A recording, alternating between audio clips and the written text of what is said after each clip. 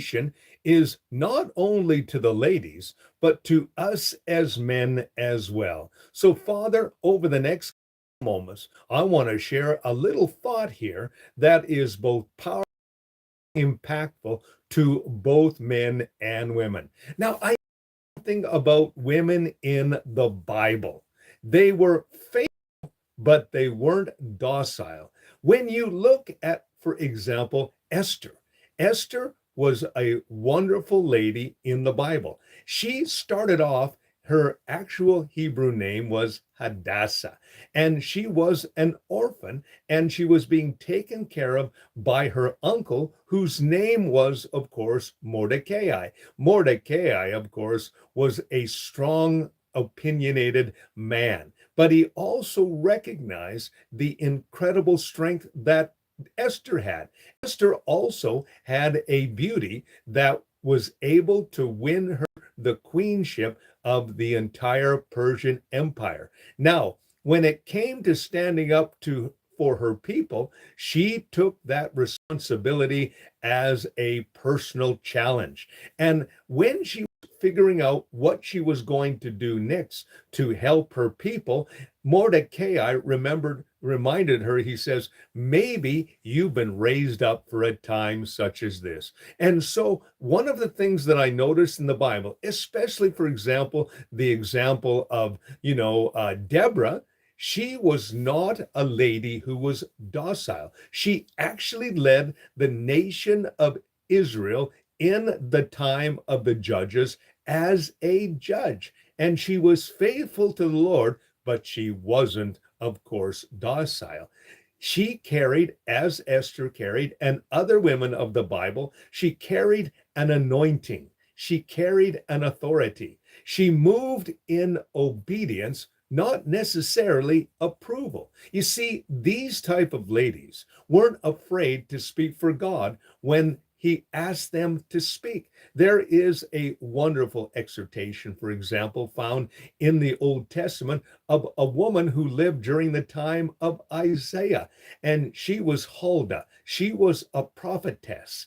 And she spoke and was able to encourage the king at that time to, of course, do what God would have him to do it. You see, God is looking for women who will speak up strong, women who have an anointing in their lives, women who are not afraid of the world around them. And they are not being, of course, led by the world. They are actually going against the world. One of the organizations that are going on right now, and there's lots of ladies organizations, but the organizations of ladies that are moving in the things of God are so needed today.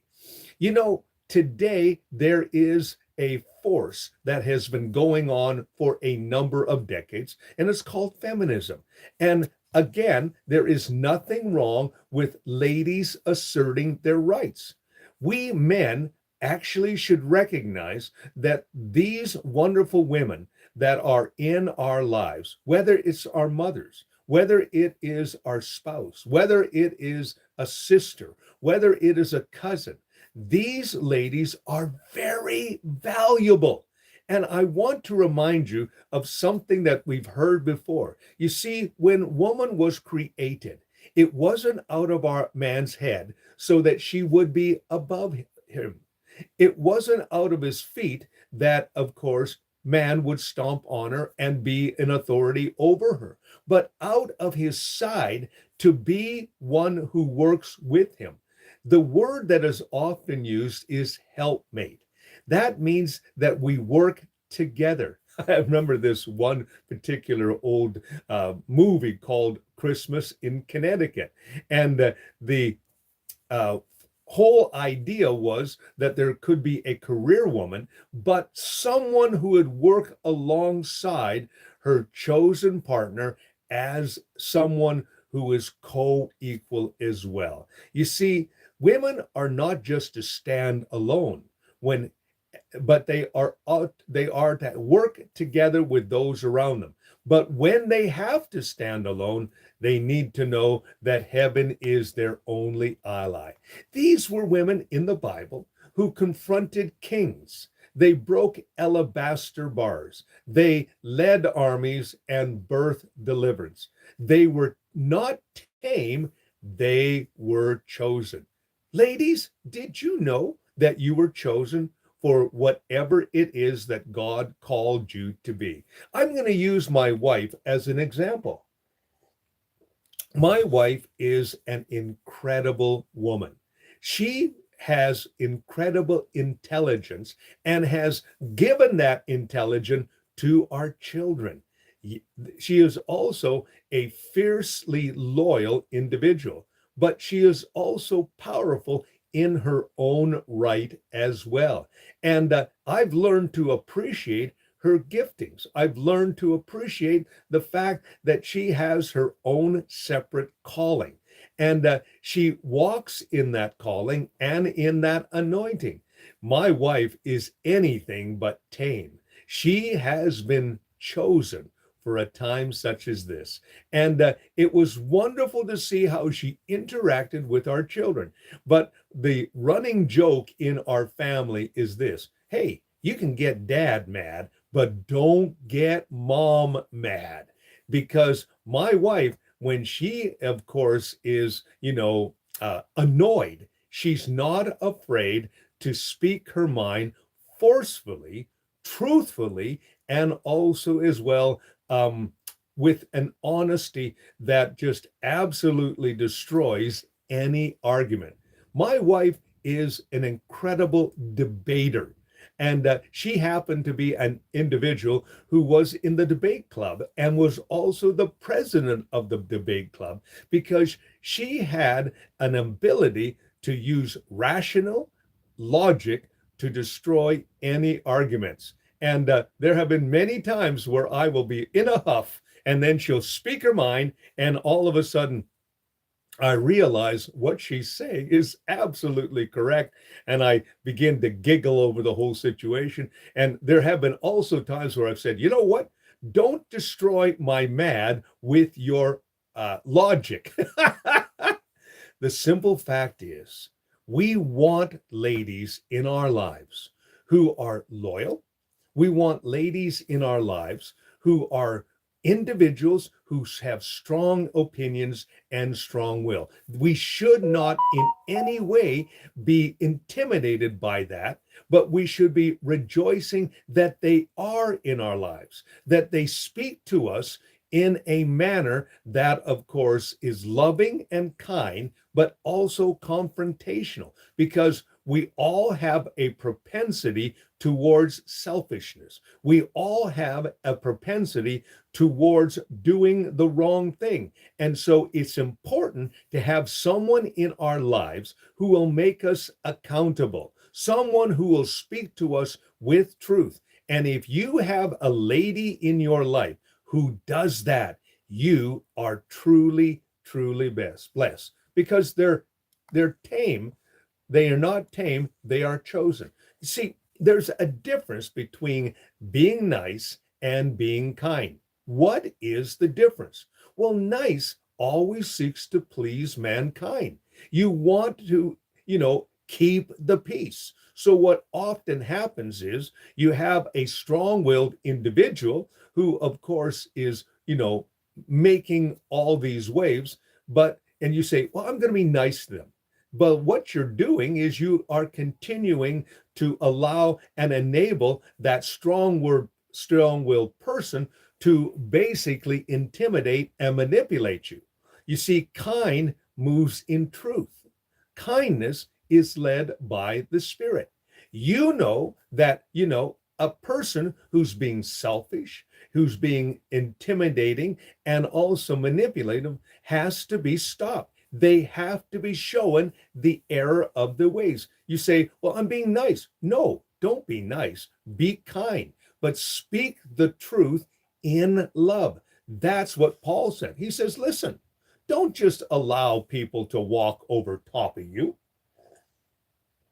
Speak in kindness, speak in truth, but deal with that wrong motivation and deal with that wrong behavior. You see, we're not just called to be agreeable, we're called to be anointed. And so, my exhortation to the ladies today is be who you are, whatever you have been called to be, your disposition, your propensity towards truth. And I love ladies who have, that truthfulness to them. They're not afraid to speak the truth. They are being kind actually when they do it, because the simple fact is we all have a propensity and a drive towards selfishness. We try to draw people into our circle, but sometimes what we're doing is not good or right. And so it's important to have somebody in our lives that will do that. I love the the analogy of the Italian mother. She may not always agree with you, but when she does, decide to, stand in the way, she does it in such a way that, of course, you don't want to excuse me, you do not want to cross them. And I have been absolutely grateful for the strong willed individuals in my life. My daughters, for example, are strong willed. Excuse me again. And they reflect their mom in that regards. They are honest, they are truthful, and they are also anointed. So, ladies, today you have a unique role in our society. You have an incredible influence today that you didn't have 100 years ago. Use that influence for good. Use that influence for truthfulness. Use that influence to guide men in the right manner. You have that power today. Remember, we all have the power to uplift each other or to bring each other down. But right now, it's the moment for the ladies. Yes, things are moving the right direction for you. But remember this, you are not only responsible to those around you, but you are responsible to God as well. Remember, He placed you where you are with whoever you are for a reason. Use your voice for truth. Use your voice for righteousness. Use your voice for honesty and integrity. Walk in these qualities. You may be quiet or you may be very, vocal. Either way, this is your moment. Remember, Esther 4:14, you've been raised up for a time such as this. So that's my exhortation today for the ladies. My name is Robert Dean Steele.